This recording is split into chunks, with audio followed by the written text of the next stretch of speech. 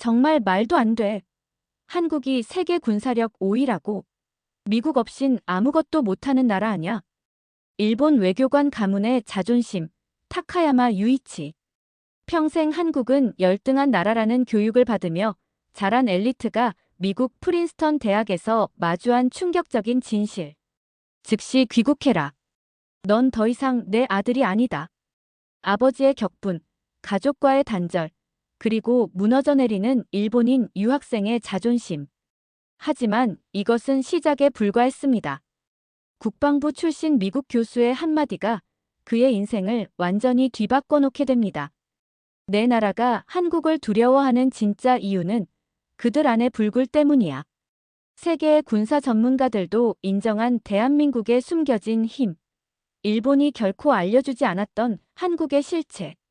영상이 시작되기 전 좋아요와 구독 버튼 꾹 눌러주시고 알림 설정까지 해두세요. 오늘의 이야기는 여러분의 가슴을 뜨겁게 할 준비가 되어 있습니다. 태평양을 건너 펼쳐지는 충격적인 각성의 드라마, 지금 시작합니다. 저는 타카야마 유이치입니다. 도쿄 외교관 가문 출신으로 게이오 대학을 졸업하고 프린스턴 대학교에 유학 온 지 이제 한 달이 되어갑니다. 미국 동부의 가을은 생각보다 쌀쌀했지만 캠퍼스 풍경만큼은 영화에서 본 그대로였죠. 하버드와 예일도 좋았지만 국제관계학에서 손꼽히는 프린스턴을 선택한 것은 아버지의 권유가 컸습니다. 유이치, 너는 우리 가문의 자존심이다. 일본 외교의 미래를 짊어질 인재니까. 아버지는 항상 저에게 이렇게 말씀하셨어요. 어릴 적부터 일본의 역사와 전통에 대한 자부심을 심어주셨고 저는 그것을 당연하게 받아들였습니다. 우리 집안은 메이지 시대부터 외교관을 배출한 명문가였으니까요. 할아버지는 외무성에서 요직을 맡으셨고 아버지도 주요 국가에서 외교관으로 근무하셨습니다. 그리고 이제 저도 그 길을 따라가고 있었죠. 기숙사방에 짐을 풀던 날, 저는 제 룸메이트가 한국계 미국인이라는 사실을 알게 되었습니다. 류지 김이라는 학생이었어요. 처음엔 약간 당황했지만 곧 이것도 미국 유학 생활의 일부라고 생각했습니다. 류지는 조용하고 예의 바른 학생이었어요. 하지만 제 마음 한구석에는 어릴 때부터 배운 감정이 자리 잡고 있었습니다. 한국은 일본보다 열등한 나라야. 이것은 아버지가 항상 강조하시던 말씀이었습니다. 식사 시간마다, 뉴스를 볼 때마다 아버지는 한국에 대한 비판을 서슴지 않으셨어요. 한국의 경제 성장이 뉴스에 나올 때도 일본의 지원과 기술 덕분이지라고 말씀하셨죠. 저는 그런 말들을 자연스럽게 받아들였습니다. 첫 수업이 시작된 날, 저는 국제관계학개론 강의실에 앉아 있었습니다. 윌리엄스 교수는 경력이 화려한 분이었어요. 전직 국방부 자문관으로 군사안보 분야의 전문가였죠. 교수는 수업 첫날부터 동아시아 정세에 대해 언급했습니다. 동아시아는 현재 세계에서 가장 역동적인 지역입니다. 경제적으로나 군사적으로나 중요한 변화가 일어나고 있죠. 저는 고개를 끄덕이며 교수의 말에 동의했습니다. 일본은 분명 그 중심에 있을 테니까요. 하지만 다음 순간 저는 약간 당황했습니다. 특히 한국의 경제적, 문화적, 군사적 성장은 주목할 만합니다. 반도체, 엔터테인먼트, 그리고 방위산업까지. 한국은 이제 세계적인 플레이어가 되었죠. 교실 안에서 몇몇 학생들이 고개를 끄덕였습니다. 저는 불편한 마음을 감추려 노트북을 열고 타이핑을 시작했죠. 한국이 뭐가 그렇게 대단하다는 거지? 일본이 아시아를 이끌어왔잖아. 수업이 끝나고 기숙사로 돌아오는 길에 류지가 말을 걸었습니다. 윌리엄스 교수님 강의 어땠어? 나는 그분 책을 읽고 이 학교에 지원했어. 저는 어색하게 웃으며 대답했습니다. 괜찮았어. 근데 좀 편향된 것 같기도 하고. 류지는 궁금한 듯 물었습니다. 어떤 면에서? 한국에 대해 너무 과대평가하는 것 같아서. 사실 한국은 일본의 도움 없이는 지금의 발전을 이루지 못했을 거야. 그 말을 하는 순간 류지의 표정이 굳어졌습니다. 하지만 그는 곧 담담하게 말했어요. 내 아버지는 한국군 특수부대 출신이셔. 지금은 미국 시민이지만 항상 한국에 대한 자부심이 대단하셔. 저는 비웃음 섞인 미소를 지으며 대답했습니다. 그래, 흥미롭네. 하지만 역사적 사실은 바뀌지 않아. 한국은 일본이 근대화시켜준 나라잖아. 류지는 더 이상 말을 이어가지 않았습니다. 하지만 그의 눈빛에서 무언가 강렬한 것을 느꼈어요. 그 순간이 우리 사이에 보이지 않는 벽을 만들었다는 것을 저는 그때는 몰랐습니다. 기숙사에 돌아와 아버지에게 전화를 걸었습니다. 일본과의 시차 때문에 아버지는 아침을 맞이하고 계셨죠. 아버지, 프린스턴 첫 수업을 들었어요. 어땠느냐? 역시 세계 최고 수준의 강의겠지? 네, 하지만 교수가 한국에 대해 너무 높게 평가하는 것 같아요. 이상하게도 많은 학생들이 그 말에 동의하더라고요. 아버지의 목소리가 단호해졌습니다. 유이치, 기억해라. 너는 일본의 자존심을 지키러 그곳에 간 것이다. 미국인들은 한국의 표면적인 성장만 보고 있지. 우리 일본의 깊이와 전통은 그들이 이해하지 못하는 것이다. 네, 아버지. 제가 바로잡을게요. 전화를 끊고 창밖을 바라보니 캠퍼스의 가로등이 하나둘 켜지기 시작했습니다. 머릿속에는 복잡한 생각이 맴돌았어요. 왜 사람들은 한국을 그렇게 높이 평가하는 걸까? 일본이 훨씬 앞서 있는데. 다음 수업은 동아시아 군사 안보였습니다. 윌리엄스 교수의 전문 분야죠. 저는 이 수업에서 일본의 우수성을 확인할 수 있을 거라 기대했습니다. 그날 밤, 저는 노트북으로 일본 자위대에 관한 자료를 찾아보며 다음 수업을 준비했습니다. 우리의 기술력, 장비, 훈련 수준. 모든 것이 완벽했으니까요. 저는 동아시아 군사안보 수업이 시작되기 10분 전에 강의실에 도착했습니다. 의도적으로 뒷자리를 선택했죠. 관찰자의 입장에서 수업을 지켜보고 싶었거든요. 곧 강의실이 학생들로 가득 찼고 윌리엄스 교수가 들어왔습니다. 오늘은 한국군과 일본 자위대의 비교 분석으로 시작하겠습니다. 저는 긴장했습니다. 드디어 일본의 우수성을 확인할 순간이 왔다고 생각했죠. 교수는 프로젝터로 두 나라의 군사력 자료를 띄웠습니다. 현대 군사 전략에서 규모보다 중요한 것은 기동성과 첨단 장비입니다. 이 관점에서 볼 때 한국군과 일본 자위대는 각자 특징적인 발전을 이루었죠. 윌리엄스 교수의 설명이 이어졌습니다. 한국군의 병력 규모, 예비군 시스템, 첨단 무기 개발 현황. 저는 점점 불편해졌습니다. 교수가 말하는 한국군은 제가 알고 있던 것과 달랐거든요. K 흑표 전차, KF-21 전투기. 한국은 이제 자국 방위 산업으로 주요 무기 체계를 생산하고 있습니다. 더 놀라운 것은 이러한 무기들을 수출까지 하고 있다는 점이죠. 저는 노트북을 열어 재빨리 검색했습니다. 정말로 한국이 전차와 전투기를 자체 개발한다고? 불가능하다고 생각했는데 교수의 말이 사실이었습니다. 옆자리에 앉은 일본인 유학생 나오키가 작은 소리로 말했습니다. 유이치, 너무 신경 쓰지 마. 이건 그냥 숫자일 뿐이야. 일본은 역사와 전통이 있잖아. 저는 고개를 끄덕였지만 마음은 편치 않았습니다. 교수는 계속해서 한일 군사력 비교 자료를 보여주었고 일본의 평화헌법 제약과 한국의 적극적인 국방 정책을 대비시켰습니다. 수업 중간에 교수가 질문했습니다. 동아시아 안보에서 가장 중요한 요소는 무엇일까요? 류지가 손을 들었습니다. 과거사에 대한 정확한 이해와 상호 존중이라고 생각합니다. 교수는 만족스러운 표정으로 고개를 끄덕였고 저는 속으로 비웃었습니다. 전형적인 한국인의 생각이야. 수업이 끝나갈 무렵 교수는 다음 주제를 예고했습니다.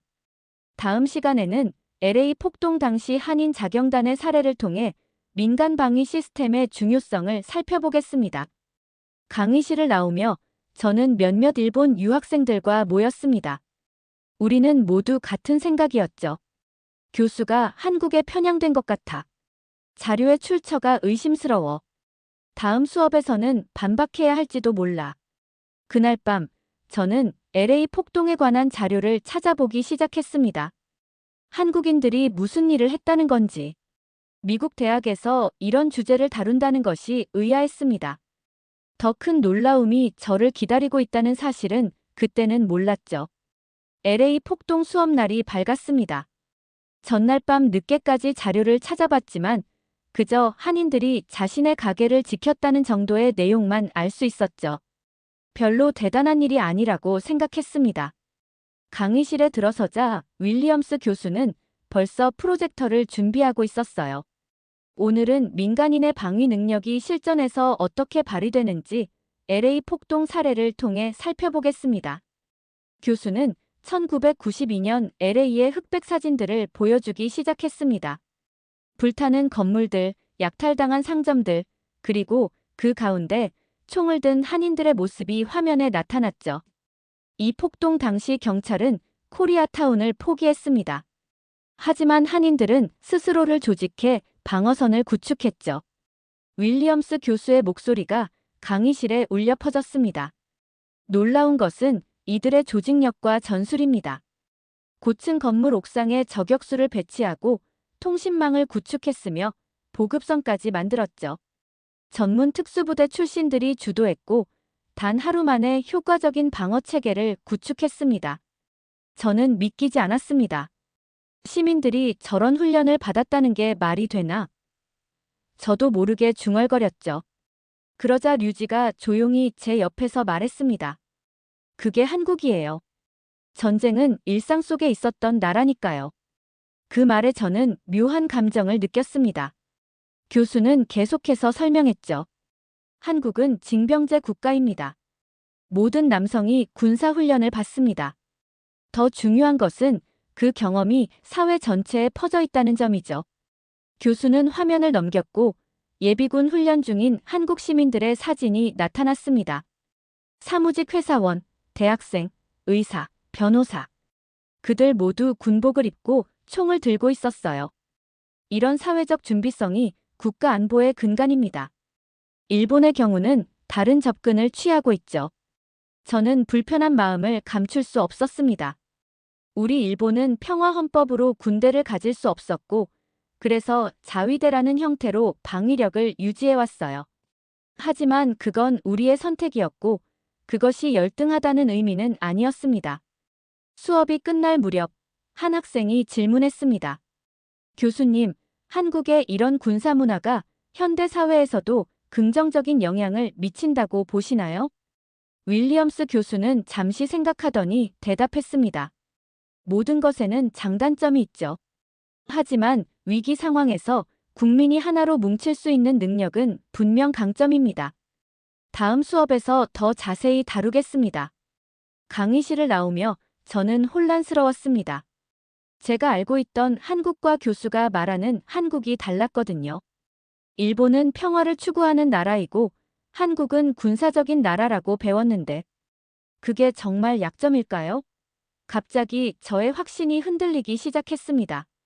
다음 수업이 시작되기 전 저는 결심했습니다. 더 이상 침묵하지 않겠다고. 일본의 자존심을 지켜야 했으니까요.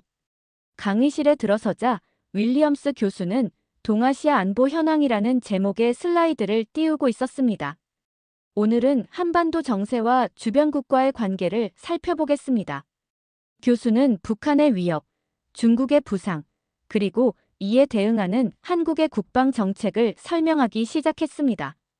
그러다 한국의 방위산업 성장에 대한 이야기로 넘어갔죠. 한국은 이제 세계 8위의 무기 수출국이 되었습니다. 특히 폴란드, UAE 등과의 대규모 계약은 주목할 만한 성과죠. 저는 더 이상 참을 수 없었습니다. 손을 들었죠. 교수님, 질문이 있습니다. 윌리엄스 교수가 저를 바라보았습니다. 네, 말씀하세요. 한국은 지금도 미국 없으면 아무것도 못하는 나라 아닌가요? 자신들의 기술로 무기를 만든다고 하지만 사실은 미국의 기술에 의존하고 있는 것 아닌가요? 강의실이 순간 조용해졌습니다. 류지를 포함한 한국계 학생들이 저를 쳐다보았고 몇몇 일본 유학생들은 살짝 고개를 끄덕였습니다. 윌리엄스 교수의 눈빛이 매서워졌습니다. 흥미로운 지적입니다. 그런 인식이 얼마나 위험한지 증명해보죠. 교수는 새로운 슬라이드를 띄웠습니다. 세계 군사력 순위표였죠. 한국은 현재 세계 군사력 5위입니다. 일본은 8위고요. 물론 동맹의 중요성은 인정합니다. 하지만 한국의 방위산업 자립도는 이미 70%를 넘어섰어요. 교수는 계속해서 데이터를 보여주었습니다. 한국의 K2 흑표 전차, KF-21 전투기, 천국 미사일 등 독자 개발한 무기 체계들, 그리고 최근 미국과의 미사일 사거리 제한 해제 협정까지. 타카야마 씨, 이건 단순한 의존이 아닙니다. 한국은 이제 파트너로서 미국과 협력하고 있죠. 저는 말문이 막혔습니다. 교수가 제시한 자료들은 모두 사실이었거든요. 제 얼굴에서 혈색이 사라졌다는 것을 느낄 수 있었습니다. 뒷자리에 앉아있던 중국계 학생 클로이가 조용히 제게 물었습니다. 진짜 몰랐어? 저는 대답하지 못했습니다. 교수는 냉정하게 수업을 이어갔죠. 여러분, 국제관계에서 가장 위험한 것은 편견입니다. 우리는 데이터와 사실에 기반해 판단해야 합니다. 수업이 끝나고 저는 서둘러 강의실을 빠져나왔습니다.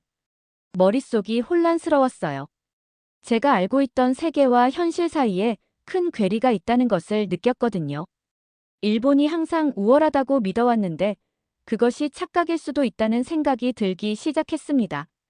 기숙사로 돌아와 저는 심호흡을 하며 아버지에게 전화를 걸었습니다. 이제는 진실을 직면해야 할 때였으니까요. 아버지, 오늘 수업에서 이상한 일이 있었어요. 전화기 너머로 아버지의 목소리가 들려왔습니다. 무슨 일이냐? 공부는 잘 되고 있니? 네. 하지만 교수님이 한국의 군사력과 방위산업에 대해 설명하셨는데 제가 알고 있던 것과 많이 달랐어요. 아버지의 목소리가 날카로워졌습니다. 어떤 의미지? 설명해봐라. 한국이 세계 군사력 5위라고 하셨어요. 그리고 자체 개발한 무기들도 많다고요. 교수님 말씀이 맞다면 우리가 알고 있던 것과 현실이 다른 것 같아요. 잠시 침묵이 흘렀습니다. 그러다 아버지가 화를 내기 시작했죠. 그런 헛소리를 믿는 거냐? 미국 교수가 뭘 안다고. 한국은 일본이 근대화시켜준 나라야. 그들의 모든 기술은 우리에게서 배운 것이다. 저는 용기를 내어 말했습니다. 하지만 교수님이 보여주신 자료들은 분명 사실이었어요. 데이터와 통계, 사진들까지. 아버지의 목소리가 더욱 높아졌습니다. 유이치, 넌 우리 가문의 자존심이야. 그런 친한 선전에 속아 넘어가선 안 돼. 즉시 귀국해라. 내가 잘못된 교육을 받고 있는 것 같구나. 저는 놀랐습니다. 귀국이라니요? 아버지, 저는 공부하러 왔어요. 진실을 알아가는 과정에서. 진실? 진실은 우리가 가르쳐준 것이다. 어릴 때부터 내게 말해왔잖니. 한국은 일본이 근대화시켜준 나라라고. 그 순간 제 안에서 뭔가가 터졌습니다. 평생 처음으로 아버지에게 소리를 질렀죠. 그건 아버지 세대의 착각이에요. 진실은 달라요. 저는 직접 데이터를 봤어요. 한국이 생각보다 훨씬 발전했다는 게 사실이라면 우리는 그걸 인정해야 하는 것 아닌가요? 전화기 너머로 아버지의 충격받은 숨소리가 들렸습니다. 유이치, 넌 이미 오염됐구나. 내일 당장 귀국하라. 이건 명령이다. 죄송합니다만 저는 학업을 마치고 싶습니다. 진실을 더 알고 싶어요. 넌 더 이상 내 아들이 아니다. 통화가 끊겼습니다. 저는 침대에 주저앉았어요. 평생 처음으로 아버지에게 반항했고 그 결과는 가족과의 단절이었습니다. 하지만 이상하게도 마음이 편안했어요. 마치 오랫동안 눌러왔던 무언가가 풀어진 것 같았죠. 룸메이트 류지가 방에 들어왔습니다. 제 표정을 보고 무슨 일이 있었는지 눈치챈 것 같았어요. 괜찮아. 저는 고개를 저었습니다. 아버지와 크게 다퉜어. 한국에 대한 내 생각이 바뀌고 있다고 말했더니 류지는 아무 말도 하지 않고 제 옆에 앉았습니다. 그저 듣고만 있었죠. 나는 한국을 잘 모르고 있었던 것 같아. 우리 가정에서는 항상 한국을 낮게 평가했거든. 류지는 조용히 말했습니다. 사실을 알게 되는 건 항상 아픈 법이야. 하지만 그게 성장이지. 저는 고개를 끄덕였습니다. 그날 밤 큰 결심을 했습니다. 윌리엄스 교수를 직접 찾아가 더 많은 것을 알아보기로 한 거죠. 이제 저는 진실을 원했으니까요. 다음 날 아침, 저는 윌리엄스 교수의 연구실을 찾아갔습니다. 문을 두드리자 들어오세요라는 목소리가 들렸어요. 긴장된 마음으로 문을 열고 들어갔습니다. 교수님, 잠시 시간 좀 내주실 수 있을까요? 윌리엄스 교수는 책상 위에 펼쳐진 자료들에서 시선을 들어 저를 바라보았습니다. 타카야마 씨, 어서 오세요. 무슨 일인가요? 지난 수업에서 제가 질문했던 것에 대해 더 알고 싶어서요. 교수는 안경을 벗고 저를 바라보았습니다. 앉으세요. 어떤 점이 궁금한가요? 저는 의자에 앉아 직설적으로 물었습니다. 왜 그렇게까지 한국을 높이 평가하시죠? 저는 항상 한국보다 일본이 모든 면에서 앞서 있다고 배웠습니다. 윌리엄스 교수는 잠시 생각하더니 책상 위에 책 한 권을 들어 저에게 보여주었습니다. 이건 내가 쓴 책입니다. 동아시아 국방 체계의 진화라는 책이죠. 난 감정이 아닌 데이터와 역사로 말합니다. 교수는 책을 펼쳐 한 장을 보여주었습니다. 한국 전쟁 당시 한국군의 사진이었어요. 제 연구는 20년간 이어져 왔습니다. 이 기간 동안 나는 한국, 일본, 중국 등 동아시아 각국의 군사 시스템을 분석했죠. 교수는 계속해서 책의 페이지를 넘겼습니다. 타카야마 씨, 한국에 대한 높은 평가는 그들의 역사적 회복력 때문입니다. 1950년대 세계에서 가장 가난한 나라 중 하나였던 국가가 어떻게 현재의 위치에 올라왔는지 생각해 보세요. 저는 불편한 마음으로 말했습니다. 그건 미국의 도움 덕분 아닌가요? 교수는 고개를 저었습니다. 동맹의 도움은 분명히 있었지만 핵심은 자립 의지였습니다. 한국의 방위산업 발전은 1970년대부터 시작되었죠. 그들은 자신의 힘으로 일어서기로 결심했습니다. 교수는 컴퓨터 화면을 돌려 저에게 보여주었습니다. 한국의 예비전력 훈련 영상이었어요. 이건 내가 직접 촬영한 영상입니다. 한국의 예비군 훈련장에서요. 이런 시스템은 세계적으로도 독특합니다. 저는 영상을 보며 말했습니다. 일본도 우수한 자위대가 있습니다. 윌리엄스 교수가 진지하게 말했습니다. 물론입니다. 일본의 해상자위대는 세계 최고 수준이죠. 하지만 내 나라가 한국을 두려워하는 진짜 이유는 그들 안의 불굴 때문이야. 좌절하지 않는 정신, 어떻게든 일어서려는 의지. 그것이 진정한 국력이기도 합니다. 교수의 말은 저를 충격에 빠뜨렸습니다. 이것은 제가 배워온 것과 완전히 달랐으니까요. 교수님, 저는 제가 많은 것을 잘못 알고 있었던 것 같습니다. 윌리엄스 교수는 미소를 지었습니다. 타카야마 씨, 인정하기 어려운 진실을 받아들이는 것은 큰 용기가 필요합니다. 당신은 지금 그 용기를 보여주고 있군요. 연구실을 나오며 저는 마음이 무거웠습니다. 하지만 동시에 어떤 해방감도 느꼈어요. 거짓된 자부심보다 불편한 진실이 더 가치 있다는 것을 깨달았으니까요. 다음 날 아침, 저는 평소보다 일찍 일어났습니다. 창밖으로 보이는 프린스턴의 캠퍼스는 조용했어요. 식당으로 향하던 중 류지와 마주쳤습니다. 안녕, 유이치. 아침부터 어디가? 평소 같았으면 형식적인 인사로 넘어갔을 테지만 이번엔 달랐습니다. 류지, 잠깐 이야기할 수 있을까? 우리는 캠퍼스 벤치에 앉았습니다. 잠시 침묵이 흘렀고 제가 먼저 입을 열었죠. 미안해. 내가 너와 한국에 대해 편견을 가지고 있었어. 류지는 놀란 표정으로 저를 바라보았습니다. 갑자기 왜 그런 말을? 윌리엄스 교수님과 대화를 나눴어. 그리고 많은 자료를 찾아봤지. 내가 배워온 것들이 많이 왜곡되어 있었다는 걸 알게 됐어. 류지는 잠시 생각하더니 말했습니다. 사실 우리 모두 자국에 대한 자부심이 있잖아. 그건 자연스러운 거야. 저는 고개를 저었습니다. 자부심과 편견은 달라. 난 한국을 실제로 알지도 못하면서 무시했어. 내 아버지가 한국군 출신이라고 했지. 그에 대해 더 알고 싶어. 류지의 표정이 밝아졌습니다. 아버지는 특수부대 출신이셔. 지금도 그 시절 훈련이 몸에 배어 있으셔. 매일 새벽에 일어나 운동하시고 위기 상황에선 누구보다 침착하시지. 우리는 1시간 넘게 이야기를 나눴습니다. 류지는 한국의 역사, 문화, 그리고 군사적 배경에 대해 설명해 주었어요. 북한의 위협 속에서도 경제 발전을 이룬 이야기, 민주화 과정에서 시민들의 희생, 그리고 세계 문화 강국으로 성장한 과정까지. 내가 자랑스럽다. 난 너희를 몰랐어. 류지는 웃으며 말했습니다.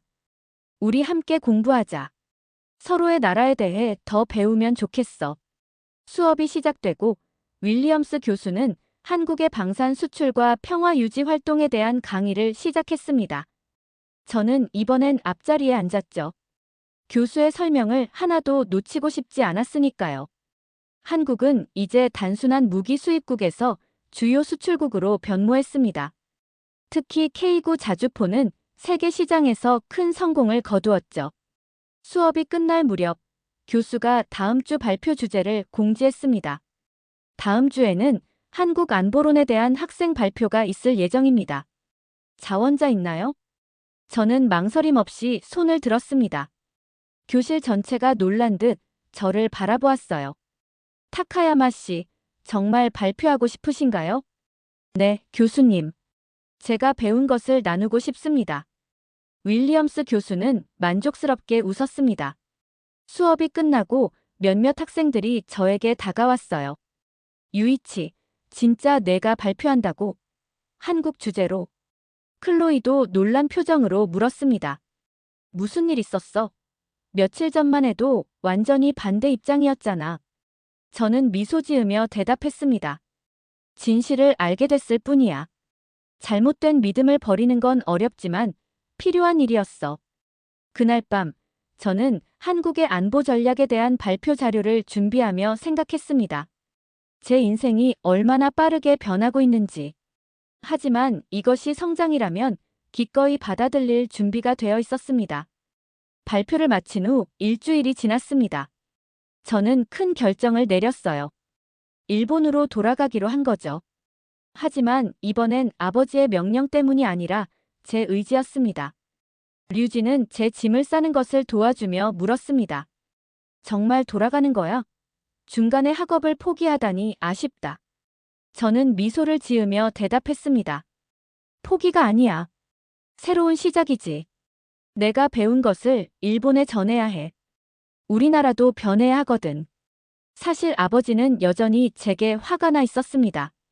하지만 그것은 중요하지 않았어요. 제가 알게 된 진실이 더 중요했으니까요. 윌리엄스 교수에게 작별 인사를 하러 갔을 때 교수는 저를 반갑게 맞아주었습니다. 떠난다고 들었네요. 정말 아쉽습니다. 교수님께 감사드립니다. 제 인생을 바꿔주셨어요. 윌리엄스 교수는 미소를 지었습니다. 당신이 스스로 바꾼 겁니다. 진실의 마음을 열었으니까요. 교수는 책상 서랍에서 무언가를 꺼내 저에게 건넸습니다. 그의 책 동아시아 국방 체계의 진화였어요.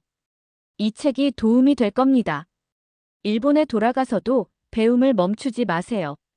저는 감사의 마음을 담아 책을 받았습니다. 그리고 마지막 부탁을 했죠. 제가 떠난 후 강의실에 두고 갈 편지가 있습니다. 다음 수업 때 학생들에게 읽어주실 수 있을까요? 교수는 고개를 끄덕였습니다. 공항으로 향하기 전 저는 강의실을 찾아갔습니다. 빈 교실에서 저는 편지를 꺼내 교탁 위에 올려두었습니다. 진실을 모르면 증오하게 된다. 난 한국을 증오했지만 이제는 존중하게 됐다. 우리는 서로를 더 알아야 한다. 그것이 진정한 평화의 시작이다. 마이너스 타카야마 유이치. 비행기 안에서 저는 창밖을 바라보며 생각했습니다. 제가 돌아갈 일본은 여전히 많은 사람들이 한국을 오해하고 있는 곳이었어요. 하지만 이제 저는 그것을 바꿀 수 있는 작은 불씨를 가지고 있었습니다. 귀국 후 몇 주가 지났습니다. 아버지와의 관계는 여전히 써먹했지만 저는 포기하지 않았어요. 매일 조금씩 대화를 시도했고 제가 배운 것들을 조금씩 나누었습니다. 어느 날 아버지가 처음으로 제 이야기에 귀를 기울였습니다. 내가 그렇게 확신한다면 나도 한번 생각해보마. 그것은 작은 승리였지만 저에게는 큰 의미가 있었습니다. 6개월 후 저는 한국에서 열리는 국방박람회에 참관하기로 했습니다. 아버지는 여전히 반대했지만 이번엔 말리지는 않았어요. 인천공항에 도착했을 때 저는 묘한 감정에 사로잡혔습니다. 이전의 저였다면 상상도 할 수 없었던 일이니까요.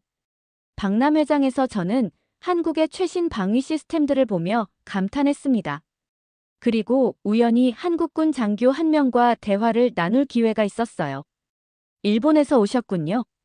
우리 장비에 관심이 있으신가요? 저는 미소를 지으며 대답했습니다. 네, 많이 배우고 싶습니다. 우리는 서로에게서 많은 것을 배울 수 있다고 생각해요. 장교는 밝게 웃으며 손을 내밀었고 저는 그 손을 단단히 잡았습니다. 그 순간 저는 확신했어요. 증오를 녹인 건 총이 아니라 진실이었다는 것을. 앞으로의 길은 쉽지 않겠지만 적어도 제가 옳은 방향으로 나아가고 있다는 것만은 분명했습니다. 귀국 비행기에서 저는 윌리엄스 교수에게 메일을 보냈습니다. 마지막 문장은 이러했죠. 교수님, 저는 이제 알게 되었습니다. 진정한 강함은 남을 무시하는 데 있지 않고 진실을 받아들이는 용기에 있다는 것을요. 해가 저물어가는 도쿄의 저녁, 저는 작은 카페에 앉아 노트북을 펼쳤습니다. 류지와의 화상 통화에서 제가 시작한 한일 청년 대화 포럼에 대한 이야기를 나눴어요. 갑자기 아버지에게서 전화가 왔습니다. 유이치, 내일 저녁에 한국에서 온 사업가가 오신다. 내가 항상 말하던 방위산업 관련 인사다. 함께 저녁을 먹자. 놀라움을 감출 수 없었습니다. 아버지가 한국인을 초대하다니요. 다음 날 저녁 아버지의 집에서 그 한국인 사업가를 만났습니다. 놀랍게도 류지의 아버지였죠. 우리는 서로 미소 지었습니다. 타카야마 씨, 아들이 항상 당신 이야기를 해주었어요. 용기 있는 젊은이라고요. 아버지는 생애 처음으로 한국인에게 진심 어린 인사를 건넸습니다. 저희 아들이 많은 것을 배웠습니다. 그리고 이제 저도 배울 준비가 되었습니다. 그날 밤 저는 일기에 이렇게 적었습니다. 증오는 무지에서 시작되고 존중은 이해에서 피어난다. 오늘 우리는 작은 다리를 놓았다. 창밖으로 보이는 별들처럼 미래의 희망이 밤하늘에 반짝이고 있었습니다. 증오를 녹인 건 결국 총이 아니라 진실이었습니다. 여러분도 이렇게 생각하시나요? 오늘 영상이 마음에 드셨다면 좋아요와 구독 부탁드립니다. 다음에는 더 감동적인 이야기로 찾아뵙겠습니다. 감사합니다.